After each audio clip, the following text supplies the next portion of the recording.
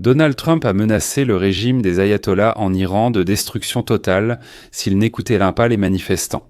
En quelques jours, les manifestations en Iran ont gagné tout le pays, devenant un affrontement avec le régime des ayatollahs. Les manifestants affrontent la police, qui tire déjà sur eux, tandis qu'ils s'emparent et incendient pour des postes de police et des unités militaires.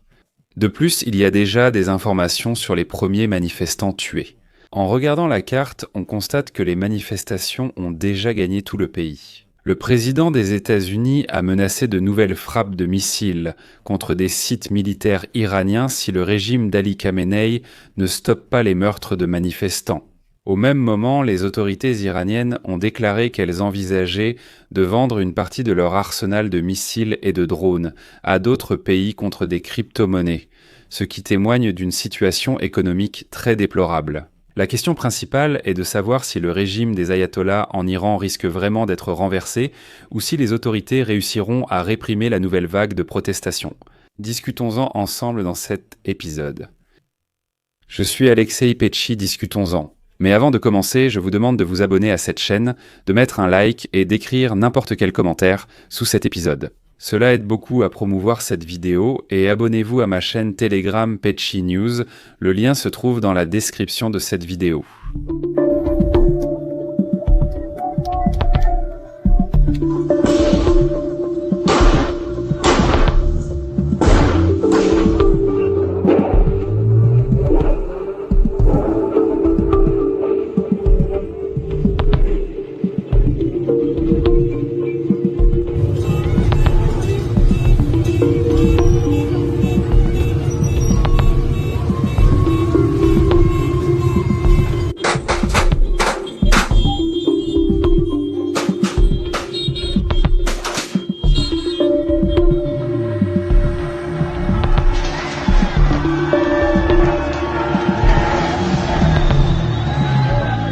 Voici chaque étape.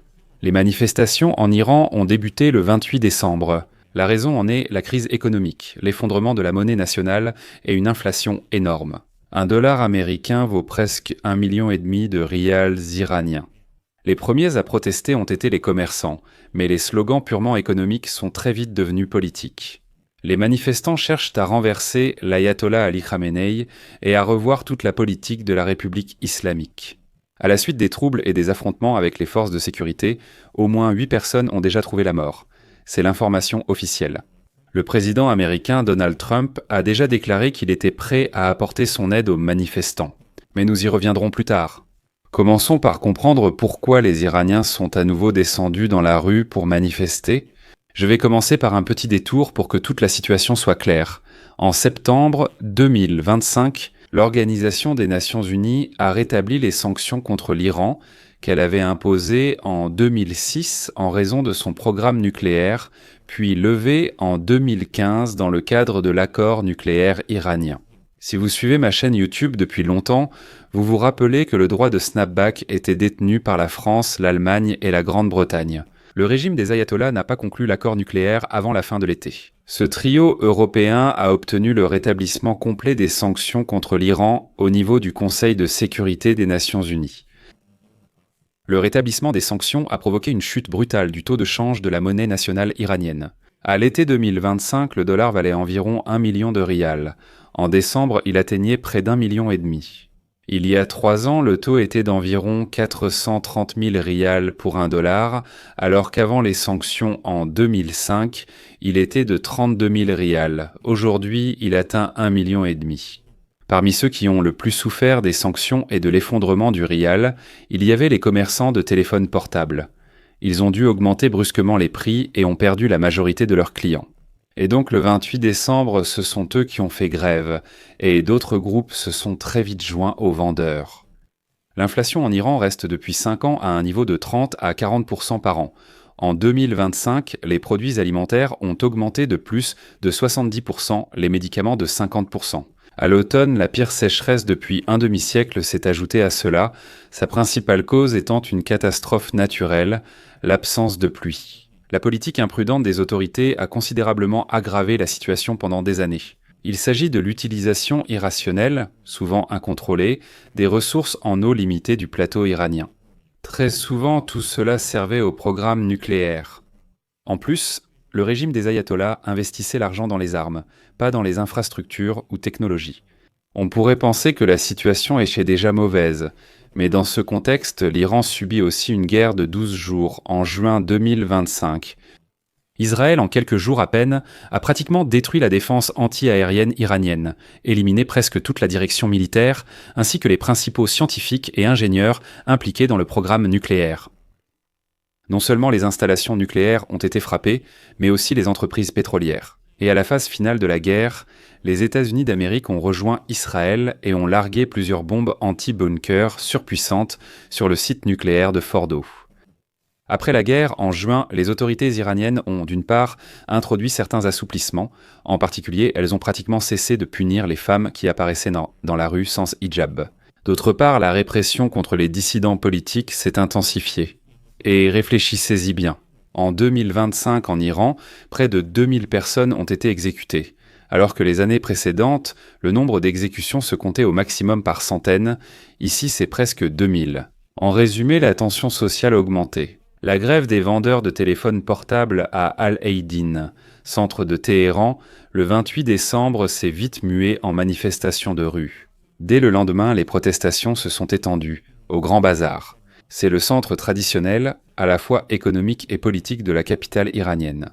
Elles se sont aussi répandues dans d'autres grandes villes. Et voici à quoi ressemble aujourd'hui la carte des manifestations à travers tout l'Iran. Presque immédiatement, des slogans politiques ont retenti lors des manifestations, et ils sont vraiment intéressants. Par exemple, le slogan « Mort au dictateur »,« Femme, vie, liberté » est le plus marquant, « Ni Gaza, ni Liban, ma vie pour l'Iran ».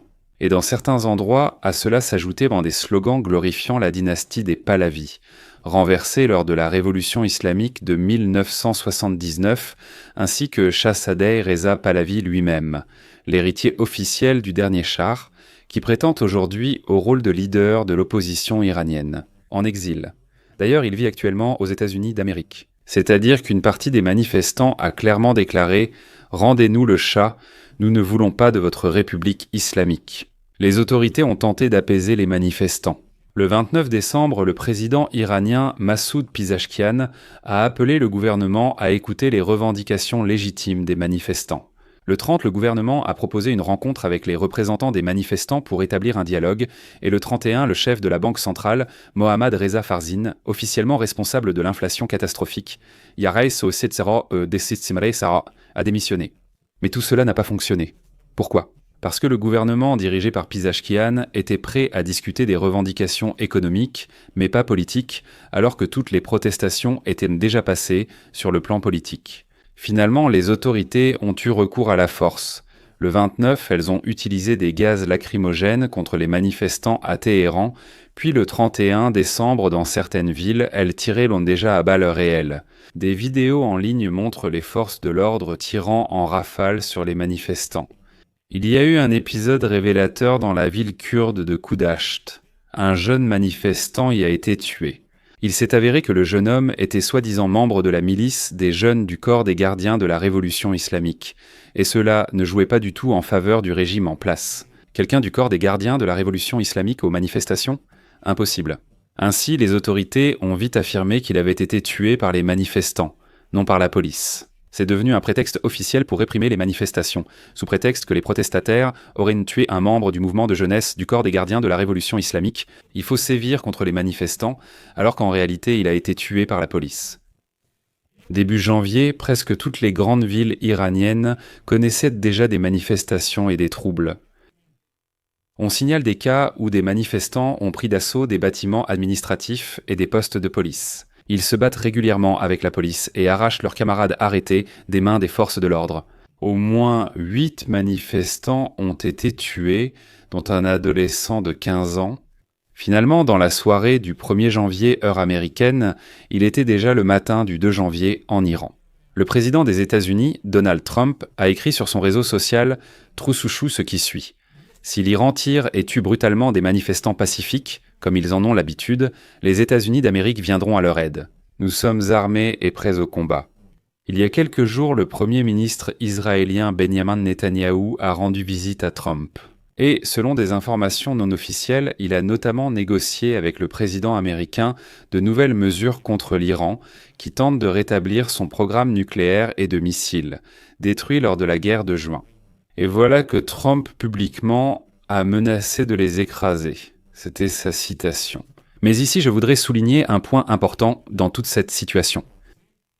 Soudainement, un message du Financial Times apparaît, indiquant que l'agence de défense iranienne a soudainement proposé de vendre une partie des missiles balistiques iraniens, des drones et d'autres systèmes d'armement à certains autres pays en échange de crypto-monnaies.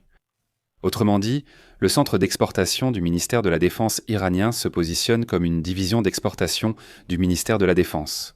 Les voilà déjà sortis, ils ont mis en quelque sorte en vitrine 3000 produits dans différentes catégories, y compris des armements, des missiles, de l'aviation, des plateformes navales, des systèmes radars et optiques. Et voici les conditions de paiement. Les conditions de paiement sont très intéressantes. Ils disent « Nous ne vendrons cela qu'en crypto-monnaie » pour pouvoir la dissimuler, contourner les sanctions et ainsi de suite.